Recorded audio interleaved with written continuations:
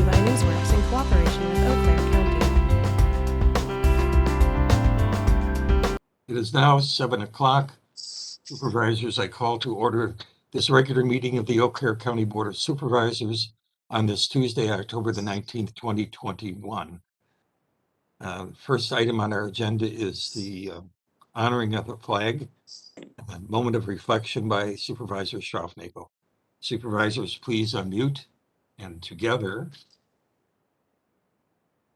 I pledge allegiance to the flag of the United States of America, the republic which it stands, one nation, nation, under God, indivisible, with liberty and justice for all.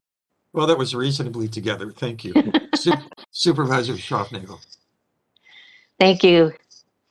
I was saddened to hear the loss of another great man in the United States, Colin Powell. When I was thinking about what I was going to say for a reflection tonight, I came across the 13 things that Colin Powell lived by, and I'll share them with you, not Jay Leno style, but here's how Colin Powell prioritized his rules. Number one, it ain't as bad as you think. It'll look better in the morning. Number two, get mad, then get over it. Number three, avoid having your ego so close to your position that when your position falls, your ego goes with it. 4,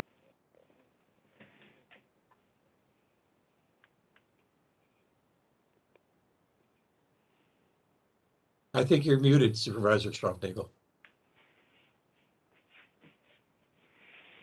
We lost you there. Yeah, she's breaking up. I can see it turning. Yeah, Yeah. looks like a couple people are having a problem. And then all of a sudden everything just went blank. Yeah.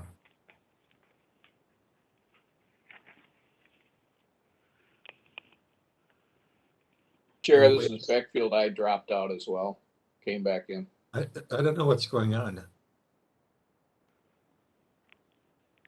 This is Schneider. Am I in yet? You're in. Thank you. Okay, people are coming back slowly here.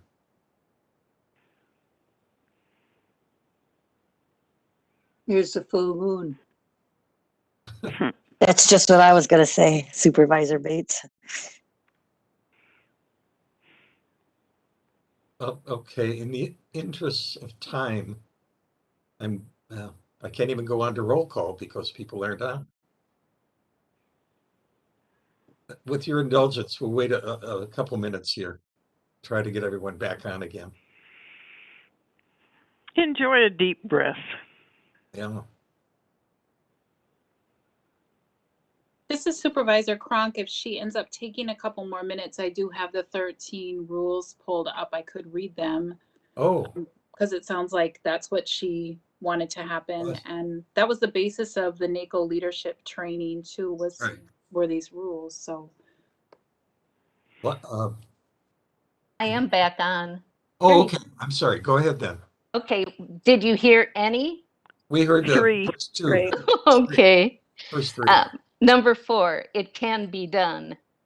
5, be careful what you choose. You may get it. 6, don't let adverse facts stand in the way of a good decision. 7, you can't make someone else's choices. You shouldn't let someone else make yours. 8, check small things. 9, share credit. 10, remain calm and be kind. 11, have a vision, be demanding. 12, don't take counsel of your fears or naysayers. And 13, perpetual optimism is a force multiplier. Thank you. Thank you, Supervisor Schraufnagel. Next will be the roll call. Clerk McDonald. Supervisor Gibson? He's on. I know, I saw him earlier, so. There, yeah, There he I'm is. here. Okay, I was there trying to he is. unmute and it kept going away, so. All right. McKinney, Present. Knight, Here? Pagonis, Here. Anton, Here. Zook, Here. Chilson. Supervisor Chilson? I don't see him on the I participant don't list. see him. Okay. Stelgis, Here. Maury, Here. Coffee, Here. Bates. Here. Supervisor Russell is absent. Gatlin, Here. Meyer, Here. Hambuck Boyle, Present. Neiman, Here. Dunning, Here. Wilkie, Here.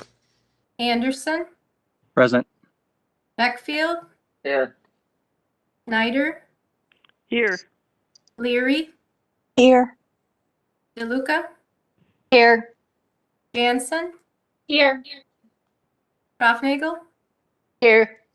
Roberts, Here. Frank, Here. and Christofferson. Here. We have 26 present. Call for Supervisor Chilson one more time. Supervisor Chilson? I don't see him on the list. So we have, I'm sorry, did you say 25, Clerk McDonald? 26 present, 2 absent. Thank you. And We one have vacant. quorum. Thank you. Next is approval of Journal of Proceedings from October the 5th, 2021. Chair looks for a motion from Supervisor Leary, I think. Second. Gatlin second. Gatlin's good. I'll take Gatlin second. Thank you. Any additions, deletions, or corrections to the Journal of Proceedings? I hear none and I see no hands waving at me. But we will do this by voice vote. Please unmute.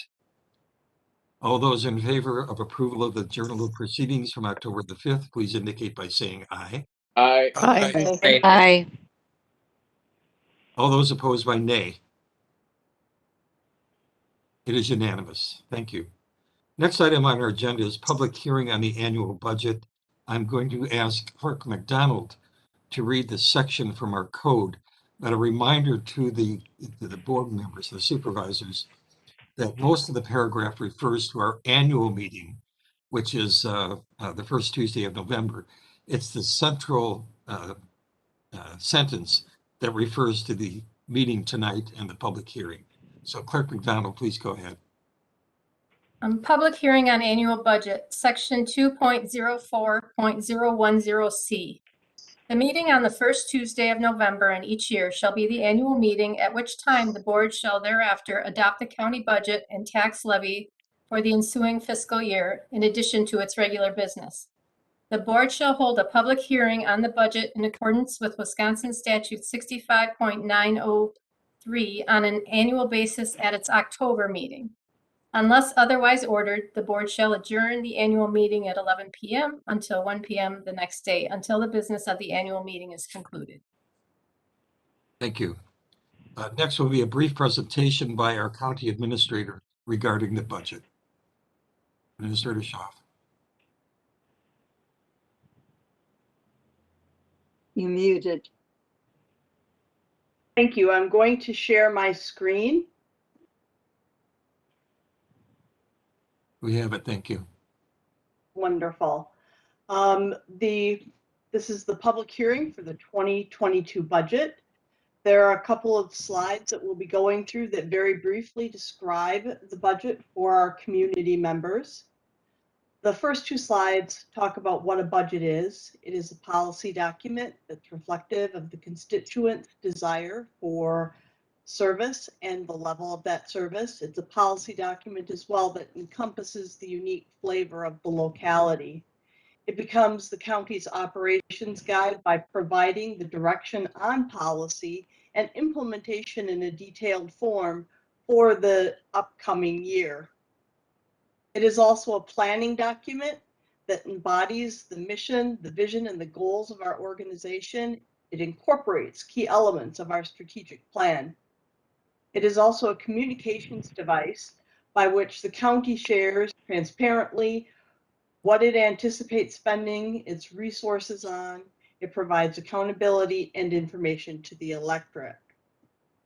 There are two different components to the county budget, an operations budget and a capital budget. The uses for the operational budget are for day-to-day expenses, and the typical funding sources are tax levy, sales tax, grants and aids, and service fees. Often, our operational budget is limited based on property tax levy limits that are currently statutory. The capital budget, which the uses for capital are that long-term investment that the county makes in both real property, infrastructure, and major software systems. The funding for our capital is oftentimes bonding or debt and the use of fund balance. The limit, there is statutory limit. However, the county is well away from the statutory limit, and the current limit is determined by the county board from a policy perspective on the taxpayer's ability to pay and desired debt load.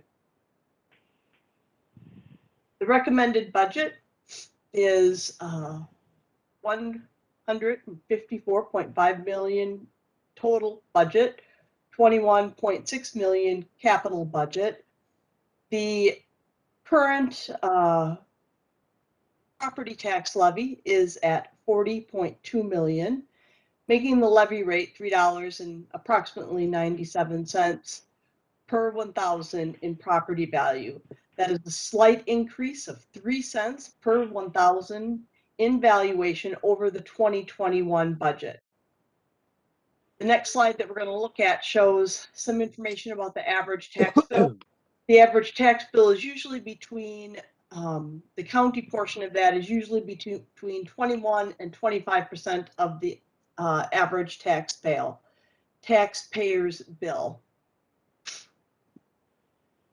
The actual allocation, and so what we do is we identify what the median home value is. The median home value per the Eau Claire real estate website is around $240,000. And if you take that times the mill rate, you get approximately $952, which is the average amount of money that a taxpayer will pay to fund county operations. And we have two separate analyses below of how those dollars break out. The first one is showing functional areas as well. It carves out debt service separately. And then the second chart actually just takes the various functional areas and the debt service is then allocated into the different areas. And you can see how the county actually funds services. This information is also in the board's budget book and in a number of different formats. And so that is the information that we wanted to present to the public this evening as part of the budget public hearing. Thank you, Administrator Schauf. We'll proceed to the public hearing.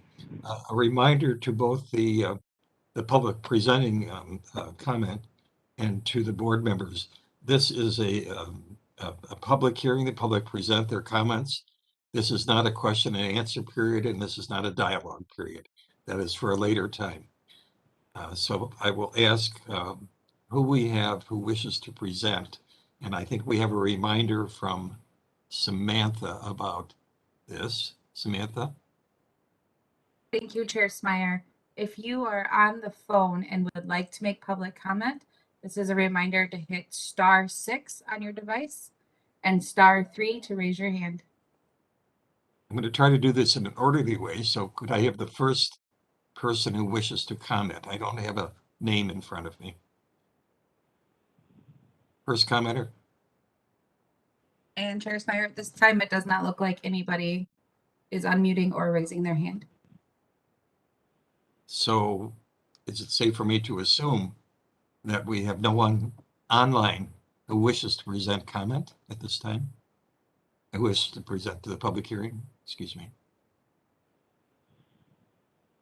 Is there any other person who wishes to present in the public hearing this evening?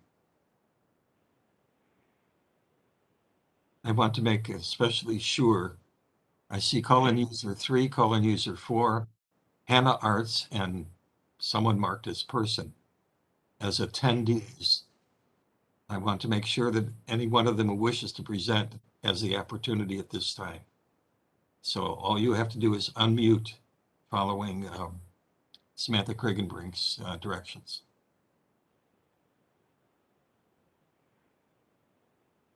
Okay.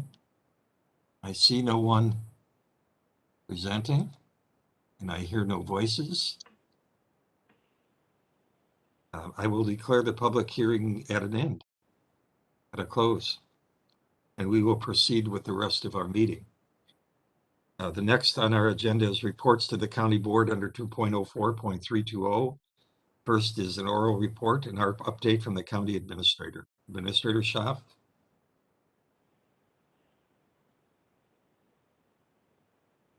Thank you.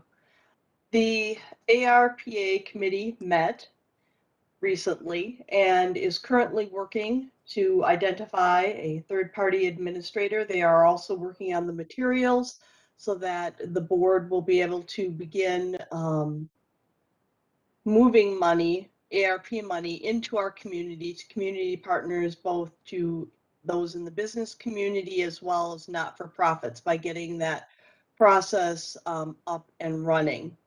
The broadband committee continues to work to receive potential applications, and they stand ready as well to assist with any of our rural partners who desire the resources and some coordination around activities designed to increase their ability to have broadband brought to their area. And so that work continues as well. We continue to compile the requests internally for the use of ARP funds, and Finance Director Kirk has continued to review ARPA guidelines, potential uses, and Corporation Counsel Sullivan is also reviewing potential uses. So we are preparing to continue the work of distributing those funds into our community as well as within county operations. Thank you. Questions or comments? Schneider with a question. Supervisor Schneider. If a nonprofit wants to see whether what they want to do qualifies, is there a person for them to contact yet, or is that not quite set up? That isn't quite set up yet, but thank you for that question, because one of the key things that we want to have our third-party administrator do is to pre-vet potential applications and to work with potential applicants in finalizing their applications. And so as soon as that individual or organization is identified, we'll make sure to broadcast that widely. Supervisor Schneider? Thanks. Okay. Any other question or comment? Supervisor Bates. Supervisor Bates, please. Go ahead. Thank you. I have a question perhaps for Supervisor Mowry.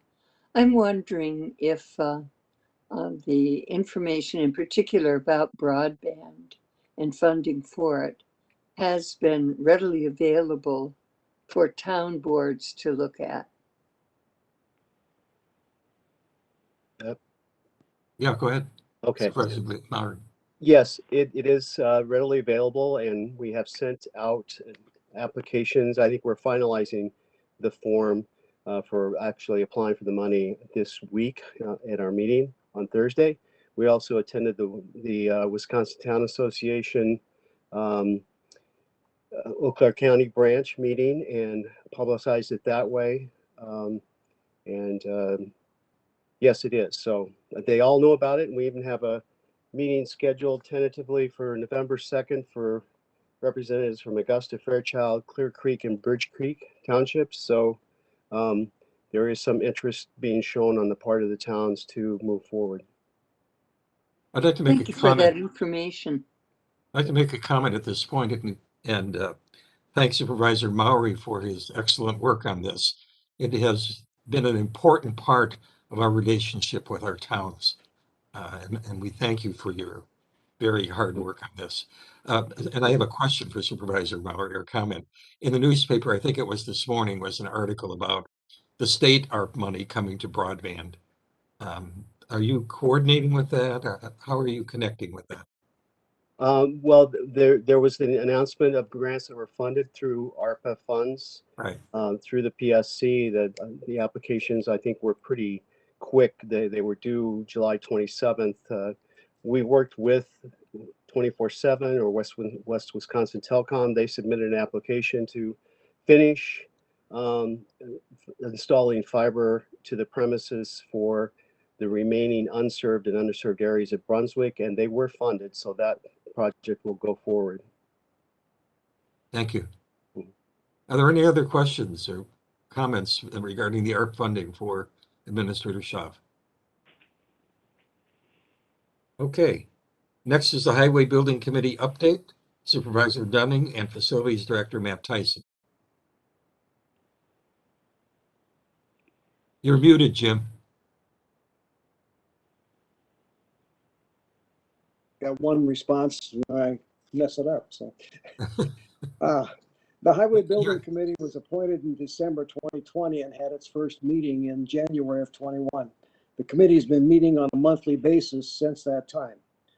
CBS Squared is providing the architectural and engineering portion of the project, and Market & Johnson performs the construction management. Additional property purchases for adjacent property were presented, and land on the southwest side of the highway facility was purchased. Extensive discussion occurred on inclusion of the Meals on Wheels in the highway project, and that's occurred. It was decided that the Meals on Wheels was the best located in the new highway project. CBS Squared is planning on completing the design by October 30th. The plans will then be sent to Market & Johnson for preparing the third bid package. There have been 2 bid openings since the beginning of the project, and the plans and the third and final bid package will be released by the end of the first week of November. The bid opening is estimated to be the first week of December. The results of the 6 bid packages opened during the second opening are as follows. The cast-in-place concrete bid was awarded to Market & Johnson for $2,622,969. The timber frame building bid was awarded to Wheeler Lumber for $1,040,100. This was for material only, and the assembly will be part of the third bid opening. The pre-engineered metal building bid was awarded to design builders and contractors, and with a bid of $970,000. The earthwork portion of the project was awarded to Haas & Sons with a bid of $1,323,368.59. The clay pond liner was bid separately and will add $62,077.50 for a total of $1,385,446. The asphalt paving of the parking lot was awarded to Monarch Paving with a bid of $1,072,740. The fences and gates contract was awarded to H&S Fence with a bid of $159,500. After 2 bid openings, the project is $3,827 over Market & Johnson's estimated bid budget. As you remember, the county board originally allocated $24,350,000 in the 2021 budget to build the facility, and anticipated that additional $1.8 million will be required for non-construction costs for total funding needed of about $26.6. As the project progressed and the pandemic affected the construction industry with prices increasing 2 to 4 times the cost, when the original budget was determined, the estimated cost on May 3rd was $32,607,739. The county board increased the funding to $32,753,000 in May. This approval requested the construction committee to continue to find options for additional funding and reducing the cost. The estimated cost of the 2 bid packages are shown here. If we can have the 921 summary. It now totals $34,200,000 $260,498, or approximately $151 million over the authorized budget. This new total includes $1.88 million in design and cost escalation contingencies built into the budget, and $868,700 in construction contingency. Any further value engineering changes will also lower the cost. So if we don't have these problems, we get that money back. Value engineering that's been completed or proposed: we shortened the repair shop building by 1 bay, changed the style of precast wall panels, redesigned the footing capacity, removed underslab insulation in the center of the floor plan, simplified canopies above truck doors, reduced the asphalt paving in the parking lot, and improved the drainage. We eliminated the translucent panels at the salt storage building, and we will continue to do some more value engineering. Some of the sustainability items that were included are: we designed for an electric vehicle future. We're currently included our EV charging stations in the parking lot, as well as inside the building. Natural light tubes in shop areas. Geothermal heating and cooling are included. In-floor heating by geothermal is in the office area and the Meals on Wheels. Solar panels are included. Energy recovery ventilators are also included in the design, and a variable refrigerant flow system is included in the design. And we continue to look for sources of funds for sustainability items that we'll keep investigating. The future schedule. The bid package 3 will be going out in early November with a bid due in early December.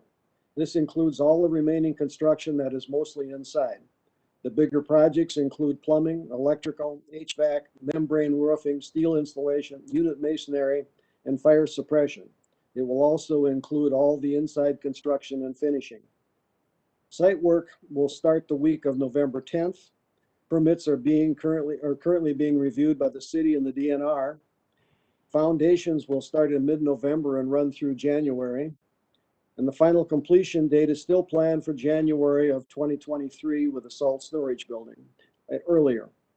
This date includes moving the Meals on Wheels equipment, office equipment, and furniture, and owner move-in or shop equipment. And some other points: the groundbreaking ceremony is being planned for the week of November 10th, and an appraisal has been requested on the property in front of the construction site. The owner has indicated an interest in selling. This is a small acreage that is directly in front of our building and between us and the building and the highway. So, are there any questions? Maybe Matt has some additional items to offer. Yeah.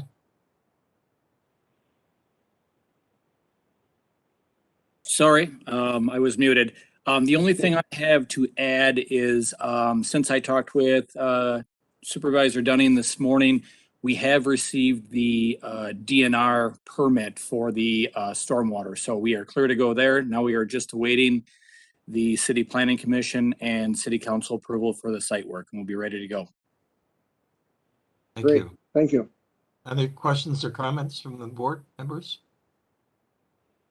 Questions or comments?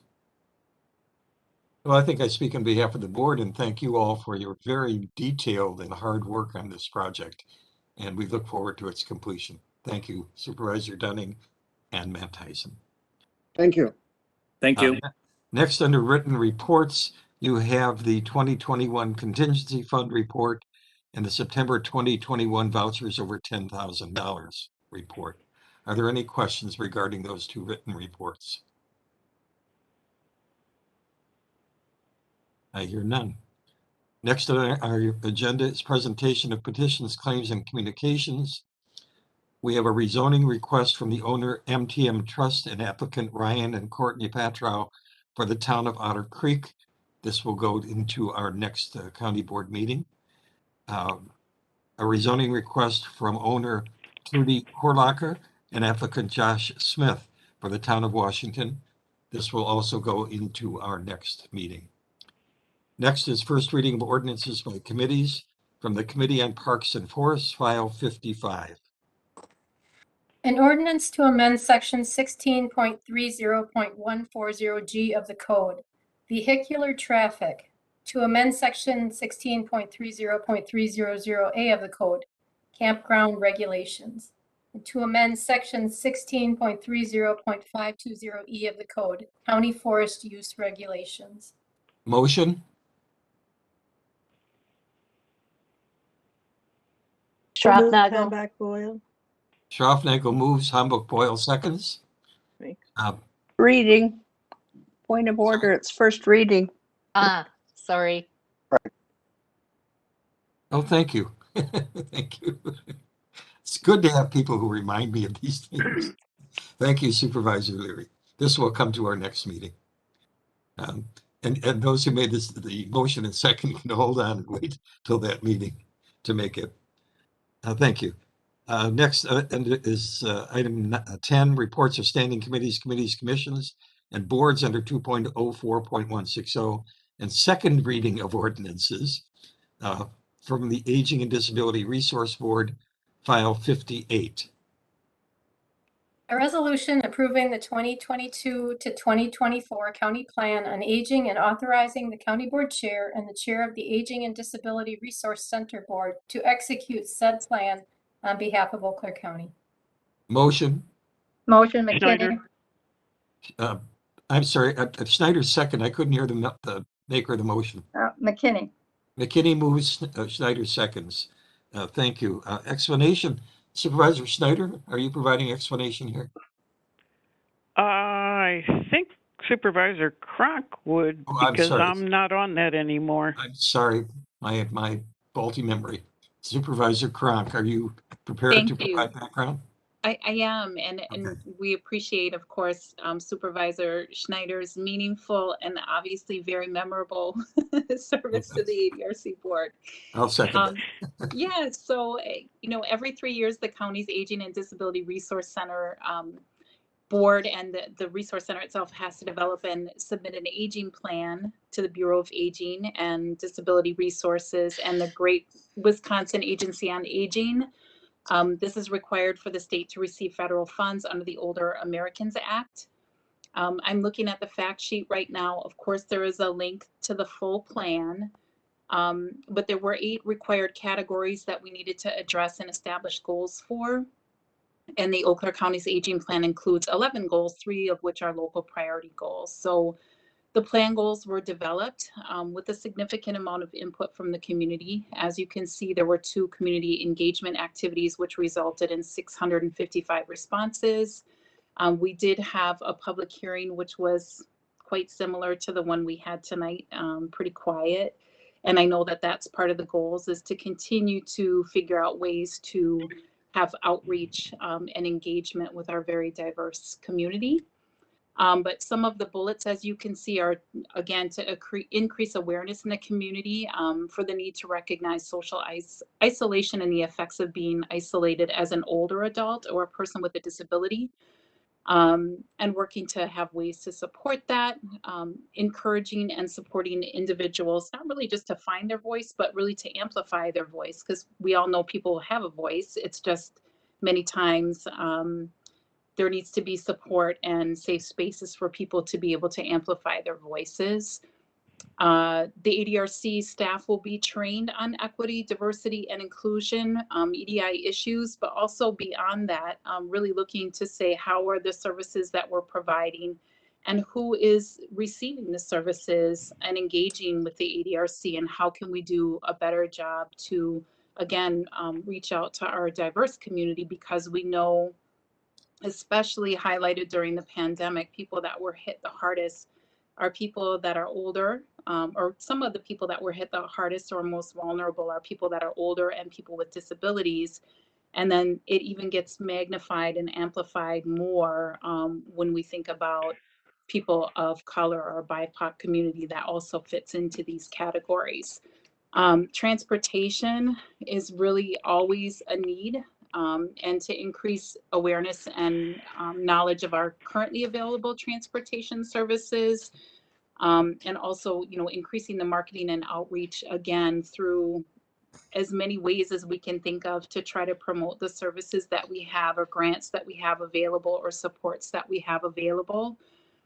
Some of the other items, as you'll notice, are, serving more congregate meals and increasing our senior dining outreach, and also looking at, what sorts of meals have we been providing. You just heard Supervisor Dunning's update on the highway building and the Meals on Wheels program being in there. What types of foods are being provided, and are there ways, and there are ways that we can improve and provide more ethnic foods to people within our community. That was something that I think many of us heard at the listening session downtown at the Pablo Center around ARPA funds. Is there's many times it's like, this food is not necessarily meaningful to me because it's not the traditional food that I'm used to eating. So really ways that we can expand those services and make sure people have healthy food options as well. Reducing barriers to our evidence-based health promotion programs, working to find ways to delay chronic conditions and promote healthy aging among older adults. Really reducing or working to find ways to reduce stress on caregivers. We know we have such an aging population within our state, and a lot of isolation within our rural areas too. And how do we support caregivers? How can we do a better job? And we know there's a shortage of paid caregivers in the state, creating wait lists. So as a response to that, the ADRC is developing a caregiver respite and volunteer program for non-medical companionship, raising awareness about dementia, and finding ways to support, again, people with dementia, their families, their caregivers, their support people, and increasing the awareness and knowledge of dementia and programs that are available. And then also building a sense of ownership and investment in our community's programming. We're looking for feedback and ideas beyond the initial development of the aging plan. We really believe that it is kind of a living, breathing work in progress. So of course it can be changed, it can be added to.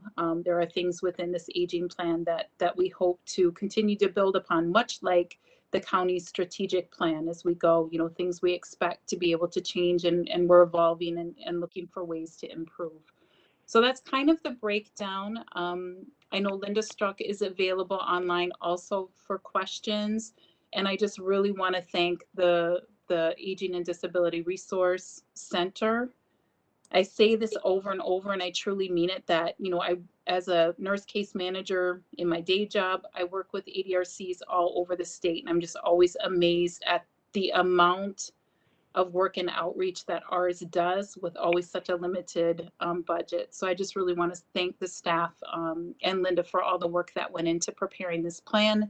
And then of course the resolution is to follow, that I hope you will approve, as the aging plan was voted on 10-0 and approved through the ADRC. So I'd be happy to welcome questions if people have them. Again, you have the link to the full aging plan. I hope you had a chance to review it, and Linda's online with questions as well. So thank you. Thank you. Questions or comments?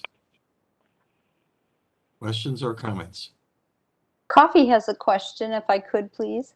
Supervisor Coffey, please. Thank you. I'm just, as I read the goals, I think they're commendable. There's lots of work to do in our aging population. And I also am wondering, for children who are disabled, how you're helping those families and the caregivers in those families as well. Kim, do you want me to take that? Yeah, you sound eager. I'm eager. I would love to. Thank you, Linda. Thank you. So unfortunately, children with disabilities is not the ADRC's target population. So we do have some options if the caregiver is a grandparent for the children. We have some supportive service funds to help support the grandparents, but not necessarily children with disabilities. I think that would fall more, and I don't want to quote for sure, on the human service side of the county, but not, again, this plan is put out by Great Wisconsin Agency on Aging, And really the target just for them is the aging population, but we of course throw in people with disabilities because that does also fall on the ADRC side of things. So the aging plan really is, the focus of the state is on people 60 years and older. Thank And you, their caregivers. Thank you, Director Struck. Yes, Any other thanks. questions or comments? This is Zook. Supervisor Zook. I'd like to make a comment. I would absolutely thank the ADRC and all of their people. They are fabulous. Quick story, 12 years ago, my mother had severe dementia and got put in a nursing home. I was given the caretaker role and knew nothing about it. And if it weren't for those blessed people at ADRC, I'd have struggled even worse. It became so great that she was in there for 10 years. And not only was I able to help care for her many times when she couldn't even recognize me, but I also got to learn and know a ton of other great elderly people in that facility. And I will thank ADRC for all of their work and support in doing all that. Thank you. Thank you, Supervisor Zook. Any other questions or comments? Supervisor Kronk. Supervisor Cronica? Oh, For the second time, we'll say. Thank you. And just to Supervisor Coffey's comment as well, and Supervisor Zook, thank you for that. I think many of us could probably talk about our experiences, you know, whether it's having an aging partner or a neighbor or family member. You know, myself being in that sort of quote unquote sandwich generation, I completely understand that and agree. To Supervisor Coffey's comments, I think one of the things that happens within the county departments too, and I hope it continues, you know, to improve, is sort of that interdepartmental, hey, we maybe can't help you if you call to the ADRC. We don't have a program, but again, yes, maybe human services, we can hand you off to human services, and they do have a program that, you know, perhaps you could get enrolled in. So I think there is that cross kind of assistance with the, you know, veteran services as well. And I would also say that we have an extremely strong advocate on our board in Supervisor Hambuck Boyle, who has worked with children in our school system for a very, very, very long time. And so that is something that she consistently advocates for. And if you have ideas, again, this is the aging plan, but of course, you are welcome to come to any of the meetings and advocate for the youth in our area as well, because it's very important. So thank you. I'm going to bring us back to the resolution now. This is a very, very good presentation of ADRC, and I believe on behalf of the board, I would say that we have an excellent ADRC, and we thank Director Struck and her people. Any other questions or comments regarding the resolution? I see none. I see no hands raised. Supervisors, all those in favor of file 58, please indicate by saying aye. aye. Aye. All those opposed by nay. It is unanimous. Thank you. From the Committee on Planning and Development, file 48. An ordinance amending the 1982 official zoning district boundary map for the town of Washington. And for Supervisor Leary, I want to point out that I noticed this is second reading. So tonight we will be voting on this. Motion. Supervisor Leary, are you? Mhm. Thank you. Dunning moves. Well, Leary moved. Dunning second? Yeah. Thank you. Okay. A background, Supervisor Gibson. Thank you, Chairman Smeyer. This, if everybody remembers, this is the one we sent back to be corrected because there was some, the fact sheet wasn't totally accurate, but this is to rezone 6.9 acres of land from A2 district to C2 and C3 to allow the creation of 4 commercial lots. Staff's conclusions, they found that this proposed rezoning request substantially conforms with the comprehensive plan. The town of Washington, they held their public hearing and they voted approval. The committee's action for planning development, they did our required public hearing, and we voted in 5-0 in favor. After speaking with Matt Michaels, there's also, if everybody noticed, there's a map in there that actually showed the 2 areas of the rezoning. I have a chair for our corp council. If we send something back for correction, it's corrected and it comes back, can we truly consider this second reading? Yes. Should be able to, because it was at first reading a month To ago. answer your question, did it come before the board as a second reading at the last meeting? Yeah. And then it was postponed to this meeting to make those corrections that were referred to. Thank you. Just checking. Any questions, comments regarding this file? Okay, all those in favor of file 48, please indicate by saying aye. Aye. Aye. Aye. All those opposed by nay. It is unanimous. Thank you. Next, from the Committee on Finance and Budget, file 49. I'm going to ask the clerk to read the entire section because this is a public meeting and this is for the sake of the public. So, Clerk McDonald. All right. An ordinance to amend section 4.14.001B of the code, daily juvenile detention rate established. To amend section 4.30.080 of the code, planning and development publications, photocopies, digital data on CD-ROM, and paper copies from plotter.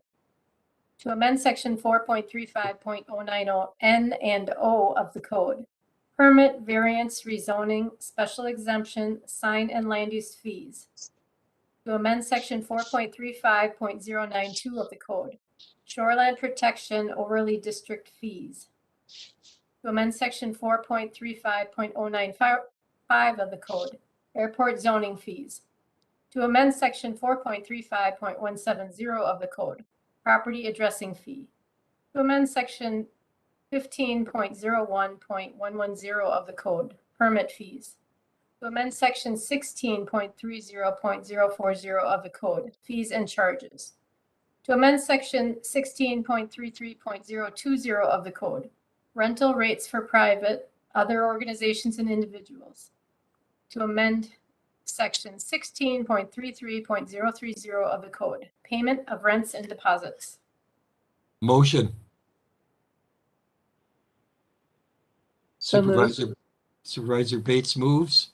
Beckfield second. Beckfield seconds. Thank you. Background, Supervisor Pagonis. Thank you, Mr. Chair. This is a pretty routine, something we do annually. As you can see, just 3 departments have gone to their oversight committees to ask for an adjustment of fees. The new fees will then be put into their, or be considered with their 2022 budget submission. You may wish to ask whether Supervisor Gibson or Supervisor Stelgis for the majority of the changes. I think the JDC change is for individuals who are not residents. So it's pretty, I think these are all self-explanatory. I'll put it that way. Thank you. Are there any questions or comments? Schneider with a question.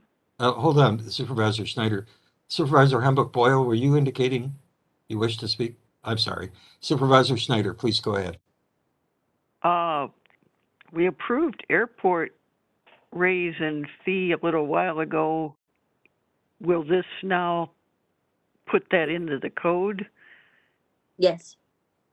Yes, it's included in the list, and yes, will be part of the code. It'll be part of their, yes, it goes into part of the code, all of this does, and it gets considered in their annual budget. So this isn't a second rise for them, it's the same rise? Yes. Thank you. Thank you. Other question or comment? Supervisor Cronk with a comment. Supervisor Cronk. Thank you. I was actually the dissenting vote on raising the fees in the JDC.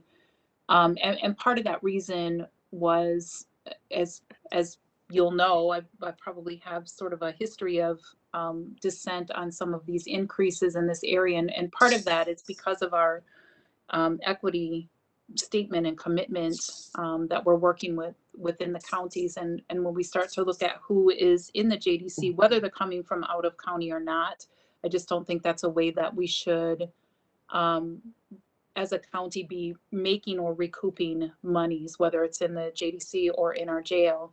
And so I just want to be very transparent about that I was the 9-1, even though I will say there are some amazing people that work within the JDC in the 180 program that I absolutely think do great work within the context of the environment that they're working in. My comment is tonight, and I've said this before, sometimes I have an issue when we're lumping things all together, because I may agree with one part of a fee, like raising the airport fees, but I may disagree with another. So I always feel conflicted that I have to say yes to everything or say no to everything, even though that's not truly how I want to vote. So I do want to put that out there. That existed in one of my first votes with some, quote unquote, administrative cleanup, and we ended up raising Huber fees, which I now regret. So anyway, long story short, I do have a hard time when things are all lumped together. And I realize in the essence of time that maybe that's, an easier way to go about things. But I do want to state that I do have a conflict with that. So I will have to vote no to everything because I was the dissenting vote, and I'm going to stick with that. So thank you. Chair Schmeier, There are other I'd like options. to respond to that, please. Before you do, Supervisor Bergonis, I want to point out to Supervisor Kronk that you do have an option to move to divide the question, and that would separate that item out. That is a possibility. Supervisor Bergonis. Thank you. Just a point that the non-resident fees in the JDC are not paid necessarily by the parents of the individual in JDC, but rather paid by the county that is where the youth originates. So I'm familiar with a youth in the 180 program who is a Chippewa youth, and it's the county paying the fees. It's not his family. So I just went, and this is all non-residents. We're not changing fees for individuals within Eau Claire County. Thank you. Supervisor Kronk, may I respond to that? Yes, you may ask a question. Go ahead. Thank you for that clarification. I guess that didn't get to my point that I believe, and please quote me if I'm wrong, but at our last Human Services meeting, our population of Black children that are in the JDC at any given time was around 28%. So even regionally, if it's Chippewa County or some other county where children come from, that's a problem. And so I'm going to be frank and I'm going to be clear about that. And I would like to separate the question. I would make the motion. I don't know that will change the vote at all, but I would like to make the motion to separate the question. Thank you. The motion to separate the question will pull that item out of this main question which is being considered and reserved for a vote after we consider the main part of the motion. So you have made the motion. It does require a second. Is there a second for the motion to separate? Second, Anderson. Anderson votes to second. This is not debatable, and it requires majority vote. So Chair will call for a vote on the motion to separate the Chair question. Schmeier, could Yes, you identify clearly what we're separating? I was about to do that. Thank you. Thank you. I'm sorry. Let's indicate very clearly that the motion is to separate. I'm coming back to you, Supervisor Kronk, to separate what out of that paragraph? Oh, I have to go back to the paragraph. On the ordinance, it was the increase of the fees for the JDC. The daily juvenile detention rate, 4.1001B of the code? It would, Chair Schmeier, Tim Sullivan. Yes, It sir. would, you know, the simple way to do this, it would be section 1 of the ordinance. Section 1 of the ordinance. I'm sorry, section 1 refers to that first phrase, Tim? Correct. Okay. Section 1 deals with the juvenile detention fees. So Supervisors, we're going to vote on the motion to separate the first phrase, which begins to amend section 4.14.001B of the code. Since this is not debatable, we're going to go right to vote. We'll do this by voice vote. All those in favor of separating the question from the main motion, please indicate by saying aye. Aye. All those opposed by nay. Nay. Nay. Difficult to tell there. We're going to do this by a roll call vote then. So we have a clear vote. Clerk McDonald, will you please take the roll call vote? And an aye vote moves to separate the question. A nay vote moves not to separate the question. Clerk McDonald. All right. Supervisor Gibson, Nay. McKinney, Aye. Knight, Aye. Pagonis, No. Anton. Hey, Is that an A or an A? Yes. it's an A, positive. Zook, No. Chilson, Absent. Chilson was absent. Stelgis, Yes. Maury, Aye. Coffee, Yes. Bates, No. Gatlin, Yes. Smyer, Nay.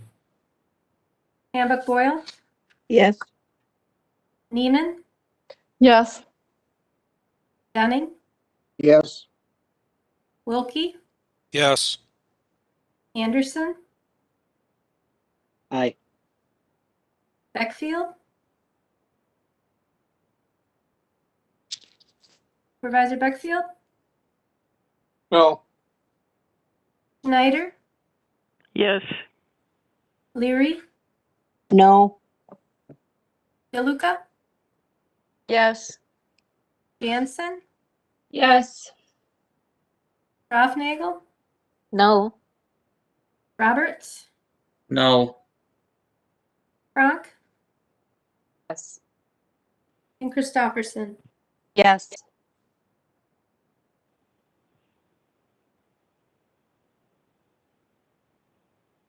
We have 17 yeses and 9 noes. The ayes have it. The item is separated. We will proceed at this point to vote on the main motion with the separated item taken out. So this is on the main motion. Is there any further discussion regarding the main motion? This is Coffee with a clarifying question, if I may. Sure, go ahead. On page 34, number 10, it's talking about rental of tree planting machines. And it's changed from $20 to $60. Well, 60, there's a dollar sign in front of it, but I assume it's $60. And then it says down farther, $40 per 1,000 beyond first 1,000 trees. So I'm not quite understanding what the fee is, if someone could clarify that for me. Supervisor Pagonis, can you direct that? I'm confused. I thought we were voting on the JDC question. Oh, I'm holding that separate from the main motion. We'll vote on that after we do the main motion here. I see. Supervisor Coffey, could you direct me again then? Because I was Sure. not as focused. On page 34. Yep, page 34, line 10, rental of tree planting machine. And then it says 60. I assume that would be $60. but the rest is crossed out, and then it says $40 per 1,000 beyond first 1,000 trees. So I'm just not understanding what that means. Well, the way I read this, the dollar sign is not crossed out. So yes, you're correct. It's $60 to rent a tree planting machine. And it would be, I assume, an additional $40 when you exceed 1,000 trees. Okay, $40 beyond that $60 charge. Correct. The question is how they count it, but I'm not sure who's counting. So, but that's the way I read that. Okay, could I comment on this? Supervisor Mr. Leary. Chair? Yeah. One of the reasons they're making the change is realize the Land Conservation Department for the county sells many thousands of trees every year. And we have the tree planting device because we want to encourage people, but let's face it, not many of us want to actually buy one of these planting machines. What they were finding, it was a timing device that the people that were doing more planting, they were taking the time up more, and then it was kind of keeping it away from rental from other users. So it was just a way to more clearly, basically also letting folks know we need this for other people as well. So I wanted to point out earlier in the discussion that not all the charges are going up necessarily. I know the P&D department is very conscientious about really trying to hone in on costs so that we're not making money, as it were. We're actually trying to keep the rates that they cover just the cost and not exceed them. So I hope that helps. Thank you. Any other question or comment regarding the main motion? I hear none and I see none. Supervisors, all those in favor of file 49 with the one item removed, please indicate by saying aye. Aye. Aye. All those opposed by nay. It's unanimous. Thank you. We'll now return to the separated item. We are voting on the phrase to amend section 4.14.001B of the code, daily juvenile detention rate established. That's Supervisor Leary. I have a question about that. Please. The Oversight Committee, I believe, is the one that requested this change. So could someone address why they have asked for this change? Thank you. Schneider could take a crack at it. I would try to as well, Bates. Before you do that, to which Oversight Committee are you referring? Human Services. Put in the request to raise the fee. Human Services, then. Yes. Supervisor Bates, I'm going to call on you. Thank you. I think it gives an explanation at the beginning of this. And really, as you know, when you are a regional center, you assume the responsibility for the operation of that facility, no matter whether your numbers are up or down. We have found over the last period of time that basically we have a lot more placements that are much more complex than what we've had in the past, and possibly due just to the economic and COVID circumstances that we're all facing. Because of that, there are different staffing needs than what there has been, and a lot more mental health issues than what we've had in the past. So increased mental health concerns, self-harm, the many things that really create additional expenses for our county. If we don't indeed increase the cost to other counties and share that cost, then that comes back to Eau Claire County taxpayers.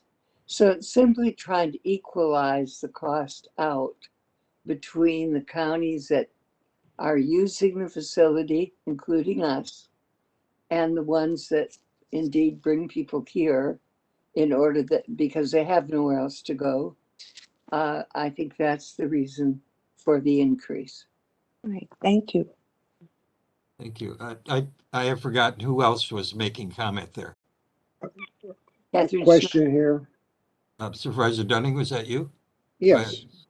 I was wondering, this is probably more to Colleen, to Supervisor Bates. Will this increase improve the service to those people also? I guess I would say that if we can improve service, that would be a positive. I think we are having to increase the experience of the individuals that are working there. So that simply means that we have improved service. If you have no real combative or difficult individuals, you staff at a completely different level than when indeed there are more complex issues. And when you have to have increased staff because of their expertise dealing with this population, that means that they're more able to deal with the issues that come up. Thank you. Other questions? Schneider with a comment? Supervisor Schneider. The Human Services also conducted a survey of who else is doing this service and what are they charging, and we are definitely within the norm for charges, and costs go up, as we all know, and whether it's for a specialized service like that or not, that just plain costs go up. Thank you. Other question or comment? Yeah, Pagonis with a comment. Supervisor Pagonis. Thank you. Many counties are choosing to use the 180-day program as an alternative to what's referred to euphemistically as child caring institutions, residential care centers. Residential care centers are now close to $500 per day. And so many counties have opted to, counties in the region, I should say, are opting to use the 180-day program because it's significantly less expensive to the county. Thank you. Any other question or comment? Supervisor Cronk. Before, I think I see an indication from Supervisor Jansen and then followed by Supervisor Cronk. Thank you. Could somebody just please clarify for me, who is being charged these fees? Because I think I kind of heard two different things. So I just want to make sure I'm understanding who is actually paying these fees. Supervisor County. Bates. The counties that actually send their individuals here. Perfect. Thank you. Thank you. Supervisor Cronk, I just lost your video there. Oh, thank you. There you are. Okay. Thank you. I actually, I really appreciate the dialogue. I really do. I think sometimes we put these things through votes and we don't talk much about it. It's not the fact that the 180 program, I don't have a problem with the 180 program. I think there's, like I said in the beginning, some very good people working within the 180 program. But I would say if youth are able to maybe go out and go to school or go out and have some activities within our community as they can, graduate to do within the 180 program, I would ask you to think about how you would feel if you went to school during the day and went and slept in a cell at night as a child. So that's the part that I have an issue with. And I know that if we continue to increase fees, we're going to continue to have children in that space. So it's not that I don't think the 180 program is not relevant. I think it is. I'm talking about the space that the children are in. And if you have not gone and visited the juvenile detention center, I would highly encourage you to do so. I understand staff is doing the best with what they have and what they can, but again, these are children in cells. So I would ask, if you haven't visited the space, again, I would recommend, barring COVID precautions, that you do so. So that's the problem that I have. When we continue to increase fees, we're going to continue to have children in those spaces. And I think not just for our county, but other counties regionally and in our state, there's something very different that we can do with our children when they're experiencing issues and families are experiencing issues. Supervisor Cronk, Thank you. Supervisor Cronk, you are speaking against the motion. Am I assuming correctly? Yes, you are. Any other question or comment? I hear none. Supervisors, we are voting on the separated item now. A vote of aye would accept the amended section 4.14.001B, the juvenile detention rate, and a vote of nay would reject it. I'm going to try this on a voice vote. We'll see how it goes. All those in favor of the motion to amend the fee, please indicate by saying aye. Aye. Aye. All those opposed by nay. Nay. Nay. The chair's judgment is that the ayes have it. So the Roll motion. call, please. Sorry? A request to roll call vote, please. The chair will accede to your request. Clerk McDonald, please do a roll call vote on this. And a reminder, yes is to accept the fee change, no is to reject it. Gibson, Aye. McKinney, No. Knight, Yes. Pagonis, Yes. Anton, Yes. Zook, Yes. Belgis. No. I'm sorry, could you repeat that? No. Lowry, Yes. Coffee, Yes. Bates, Yes. Gatlin, Yes. Hambuck Boyle. Sorry, No. Smyer. I'm sorry, you didn't get Handbook Boyle's vote, did you? No, I didn't. I guess Chair Smyer, what's yours first? Oh, yes. And then Hambuck Boyle, No. Neiman, Yes. Dunning, Yes. Wilkie, Yes. Anderson, No. Beckfield, Yes.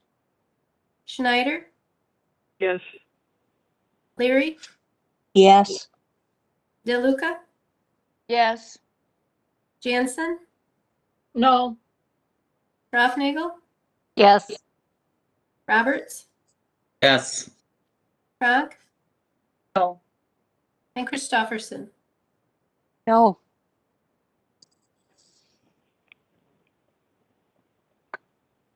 We have 19 yes, 7 no. The motion passes. Thank you. The last item on our agenda under appointments is to the Committee on Administration. I have appointed Supervisor Nancy Coffey to the Committee on Administration. The chair looks for a motion to confirm the appointment. Beckfield Wilkie Schneider. moves to approve the appointment. I will accept Wilkie, the motion to approve. I think I heard Supervisor Schneider second. I Is did. it? Thank you.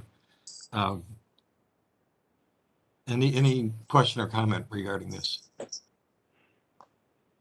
All those in favor of a confirmation of the appointment of Supervisor Nancy Coffey to the Committee on Administration, please say aye. Aye. Aye. All those opposed by nay. It is unanimous. Thank you very much and congratulations, Supervisor Coffey. We have now reached the end of our agenda, Supervisors. Thank you for your attendance, your work, and your perseverance tonight.